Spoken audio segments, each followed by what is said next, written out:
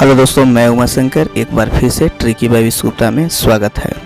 दोस्तों आज मैं आप लोग को फिर 12th क्लास का होम साइंस का VVI ऑब्जेक्टिव के साथ सब्जेक्टिव क्वेश्चन लेकर आया हूं दोस्तों, जो आपको फाइनल एग्ज़ाम 2021-22 के लिए सबसे महत्वपूर्ण है दोस्तों।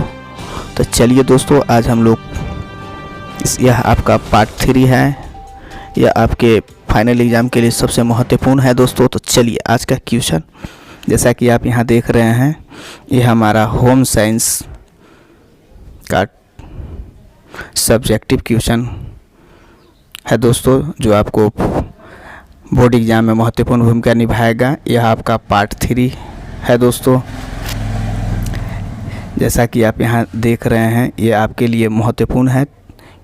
इस बार अब की बार 400 पार के लिए इस वीडियो को अंत तक जरूर देखेंगे दोस्तों। तो चलिए क्वेश्चन नंबर हमारा फर्स्ट है, BCG का क्या अर्थ है। BCG का क्या अर्थ है, अर्थात BCG का क्या नाम है, उसके बारे में हमको जानना है। BCG का पूरा नाम बैसिलस कॉमेट गयुसिन है। यह क्षय रोग का निवारण करता है। इसके टीके बाह के ऊपरी भाग में कंधे से नीचे त्वचा के ऊपरी सतह में सामान्यतः बाईं ओर लगाया जाता है। सभी नवजात शिशुओं को जन्म के तत्काल बाद में 1 माह तक की अवधि में ही BCG का टीका लगाया जाता है। टीका लगाने के 1 महीने बाद फफोला बनकर टीका पक जाता है और स्वतः ही झड़ जाता है। इस पर दवा लगाने की आवश्यकता नहीं होती है। यदि टीके के लगाने वाले जगह न पके तो डॉक्टर से परामर्श करना चाहिए। इसके बाद क्वेश्चन नंबर 2 है, प्राकृतिक तंतु किसे कहते हैं। प्राकृतिक तंतु के अंतर्गत वे सभी तंतु आते हैं जो हमें प्रकृति से प्राप्त होते हैं, जैसे पेड़ पौधा से प्राप्त रेशों को वनस्पति रेशे, कपास, जूट, लिग्न, पशुओं से ऊन तथा कीटों से रेशम से प्राप्त को तंतु रेशे तथा धातुओं सोना चांदी तांबा से तैयार रेशे खनिज रेशे कहलाते हैं। इसके बाद क्वेश्चन हमारा 3 है, पेचिश या अतिसार पीड़ित व्यक्ति के लिए आहार का आयोजन करने में किन 4 प्रमुख बातों का ध्यान रखें। अर्थात पेचिश या अतिसार पीड़ित व्यक्तियों के लिए आहार का आयोजन करने में किन 4 महत्वपूर्ण बातों को ध्यान देना है। तो इसमें है, पेचिश से पीड़ित व्यक्तियों के लिए आयोजित करते समय निम्न बातों पर ध्यान देना चाहिए। नंबर 1, रोगियों को सामान्य आहार देते रहना चाहिए तथा उसे भूखा नहीं रहना चाहिए। दूसरा का पॉइंट है, रोगी को भरपूर तरल पदार्थ देते रहना चाहिए, जैसे शरबत, शिकंजी, लस्सी, छाछ, हल्की चाय, नारियल पानी, चावल का मोड़ और फटे दूध का पानी। पॉइंट नंबर 3, हरी पत्तेदार सब्जी, मोटे छिलके तथा बीजों वाले फल, तले हुए खाद्य पदार्थ, मिर्च, मसाला, चटनी तथा अचार से परहेज रखना चाहिए। पॉइंट नंबर 4 है, रोगों को स्थिति में सुधार लाने पर उसे नर्म आहार जैसे दूध, दही, कस्टर्ड, नर्म उबला चावल, अंडा, उबली हुई सब्जी देनी चाहिए। इसके बाद हमारा क्वेश्चन 4 है, वस्त्र की आवश्यकताओं पर संक्षिप्त टिप्पणी दीजिए। वस्त्र की आवश्यकताओं पर संक्षिप्त टिप्पणी दीजिए। हमारे जीवन की मूलभूत आवश्यकताओं में वस्त्र का दूसरा स्थान है। जन्म से लेकर मृत्युपरांत वस्त्रों का प्रयोग होता है। सभी व्यक्ति वस्त्र का उपयोग किसी न किसी रूप में करते ही हैं। पहनने, ओढ़ने, बिछाने, पोंछने, सजाने आदि में वस्त्रों का ही उपयोग होता है। प्रत्येक जाति और धर्म के लोगों को, चाहे वे अमीर हो या गरीब हो, हर समय किसी न किसी रूप में वस्त्र की आवश्यकता वस्त्र की आवश्यकता होती है। वस्त्र का व्यक्ति को घनिष्ठ संबंध है, क्योंकि समय समाज में मर्यादा पूर्वक से रहने के लिए वस्त्र आवश्यक है। इसके अतिरिक्त हवा, पानी, गर्मी, सर्दी आदि से रक्षा भी इसका ही काम है, अर्थात यह रक्षा भी करता है, जैसा कि आपको पार्ट 2 वाला वीडियो में बताए थे कि किस किस के लिए वस्त्र की आवश्यकता होती है। इसके बाद क्वेश्चन नंबर 5 है, डिजाइन के सिद्धांत कौन कौन से हैं लिखिए। अर्थात डिजाइन क्या है उसके बारे में लिखना है। तो डिजाइन अंग्रेजी भाषा का शब्द है, जिसके हिंदी रूपांतरण नमूना, बानंगी, स्वरूप, प्रारूप, विन्यास, आलेखन आदि है। कला मर्मज्ञों ने डिजाइन के कुछ सिद्धांतों का निर्धारण किया है, जो निम्नलिखित है। नंबर 1 अनुरूपता, नंबर 2 संतुलन, अर्थात कैसे संतुलन करना है, नंबर 3 अनुपात, नंबर 4 लय। इस तरह से डिजाइन के सिद्धांत हैं। इसके बाद क्वेश्चन नंबर 6 है,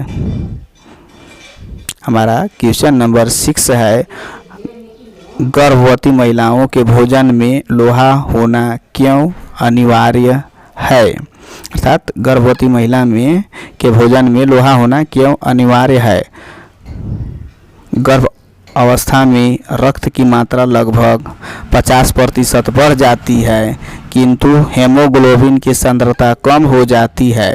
लौह तत्व भ्रूण की रक्त कोशिकाओं में हेमोग्लोबिन के निर्माण के लिए और माता के रक्त में सांद्रता बनाए रखने के लिए आवश्यक है। इसके अतिरिक्त लोहा भ्रूण के यकृत में संग्रहित होता है, जो उसे जन्म के 3-6 माह तक के समय में लोहा प्रदान करता है। लोहे की कमी होने पर शरीर में रक्तहीनता हो जाती है, जो माता तथा शिशु दोनों को प्रभावित करती है। इसलिए गर्भवती स्त्रियों के भोजन में लौह तत्व होना अनिवार्य होता है। अर्थात लौह तत्व अर्थात आयरन का होना अति आवश्यक होता है। इसके बाद क्वेश्चन नंबर 7 है, ज्ञानात्मक विकास किसे कहते हैं। ज्ञानात्मक विकास की विभिन्न अवस्थाओं को उल्लेख कीजिए। ज्ञानात्मक विकास, तो ज्ञानात्मक विकास का अर्थ बच्चे के उन मानसिक प्रक्रियाओं का विकास जिसके फलस्वरूप वह अपने और अपने आसपास के बारे में ज्ञान प्राप्त करते हैं, उसे ज्ञानात्मक विकास कहते हैं। ज्ञानात्मक विकास की 4 अवस्थाएं हैं। नंबर 1 संवेदी गामक अवस्था। संवेदी गामक आवश्यकता अर्थात संवेदन के बारे में भी इसमें जानकारी दिया जाता है। इसके बाद हमारा पॉइंट नंबर 2 है, पूर्ण संक्रियात्मक अवस्था। तीसरा का है मूर्त संक्रियात्मक अवस्था। चौथा है अमूर्त संक्रियात्मक अवस्था। ये हमारे ज्ञानात्मक विकास की 4 अवस्थाएं हैं। इसके बाद क्वेश्चन नंबर 8 है, डीपीटी का टीका किस आयु में देते हैं। यह किन रोगों से शरीर की रक्षा करता है, अथवा ट्रिपल वैक्सीन किसे कहते हैं और क्यों कहते हैं। डीपीटी के टीके को ट्रिपल वैक्सीन कहते हैं। शिशु को डीपीटी का टीका 1 माह के अंतराल से 3 टीके दिए जाते हैं। 16 से 24 माह तथा 5 से 6 वर्ष में डीटीपी बूस्टर टीका दिया जाता है। यह टीका डिप्थीरिया, काली खांसी तथा टेटनस रोग से शरीर की रक्षा करती है और शरीर में उन रोगों के प्रतिरोधक क्षमता प्रदान करता है। इसी कारण इस टीके को ट्रिपल वैक्सीन कहा जाता है। अर्थात ट्रिपल मतलब तीनों चीज़ों में काम करता है, इसीलिए इसे ट्रिपल वैक्सीन कहा जाता है। इसके बाद हम लोग क्वेश्चन नंबर 9 देखेंगे, भोजन की परिभाषा दें। अर्थात भोजन क्या है, भोजन क्या है। जैसा कि आप यहाँ देख रहे हैं, सुमंगिनी जोशी के अनुसार भोजन क्या है उसके बारे में बताया गया है। सुमंगिनी जोशी के अनुसार भोजन जीवन के लिए एक आधारीय आवश्यक है। भोजन ही शरीर का पोषण करता है। उषा टंडन के अनुसार भोजन वह पदार्थ है जो हमारे शरीर को पोषित करता है। प्रत्येक भोज्य पदार्थ में शरीर को पोषित करने की अलग अलग क्षमता होती है, क्योंकि भोज्य पदार्थों में पोषक तत्वों की मात्रा विभिन्न होती है। इसके बाद क्वेश्चन नंबर 10 है, स्तन मोचन क्या है। स्तन मोचन क्या है, यह कब आरंभ किया जाता है, कब आरंभ किया जाना चाहिए। शिशु के आहार में माँ के दूध के अलावा अन्य खाद्य पदार्थों की शुरुआत करने की प्रक्रिया को स्तन मोचन कहा जाता है।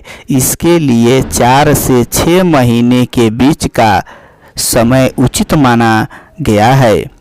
इससे पहले यदि शिशु को आहार देना प्रारंभ करते हैं तो अतिसार होने की संभावना हो जाती है। शिशु की आयु के अनुसार पूरक आहार की बनावट, तरलता अदली बदली जाती है। जैसे 4 से 6 महीने में तरल पूरक आहार देते हैं, 6 से 8 महीने में अर्ध तरल पदार्थ, 9 से 11 महीने में शिशु को ठोस पूरक आहार दिया जाता है। इन आहारों के साथ माँ का दूध भी बच्चों को देते रहना आवश्यक है। तो दोस्तों, यह वीडियो आपको अच्छा लगा होगा तो इस वीडियो को शेयर ज़रूर से ज़रूर करेंगे। यहाँ मैंने अपनी वीडियो को दे दिए हैं दोस्तों, सब्सक्राइब करें, शेयर करें और हाँ, इस चैनल को ज़रूर से ज़रूर शेयर करें। फिर मिलेंगे नेक्स्ट वीडियो में। Thank you, best of luck.